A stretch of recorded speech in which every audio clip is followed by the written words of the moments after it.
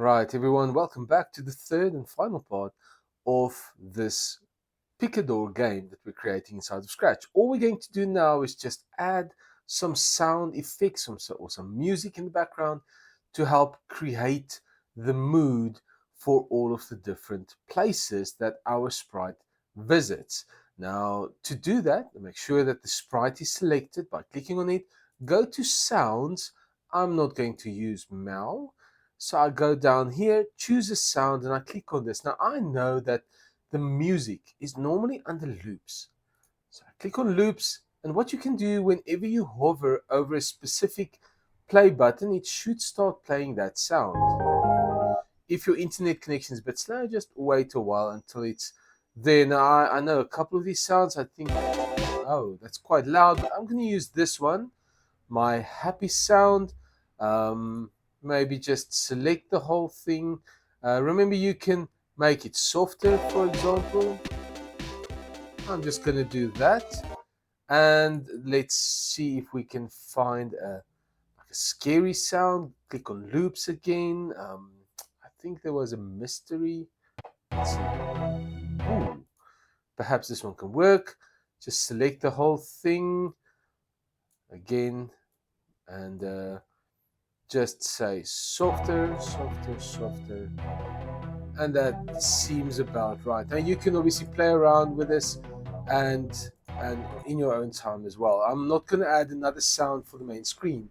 Just to keep things simple, you're welcome to add other effects as well. Go back to the code, excuse me, and do the following. When I go to the happy place, let's go to sound. And let's say play the sound. Let's see over here, not mystery, but video game one. And when I go to the scary place, basically play the mystery sound until done. That's very straightforward. The problem with this is if I play it now and I go to one of the places and I come back to the main screen, the music won't stop. It will continue playing.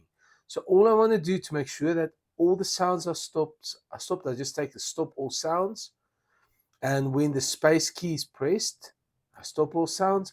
And there's another extra backup to make sure also just before the forever loop also I stop all sounds.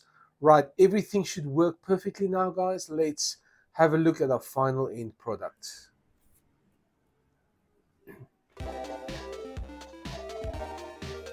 Right. Hmm.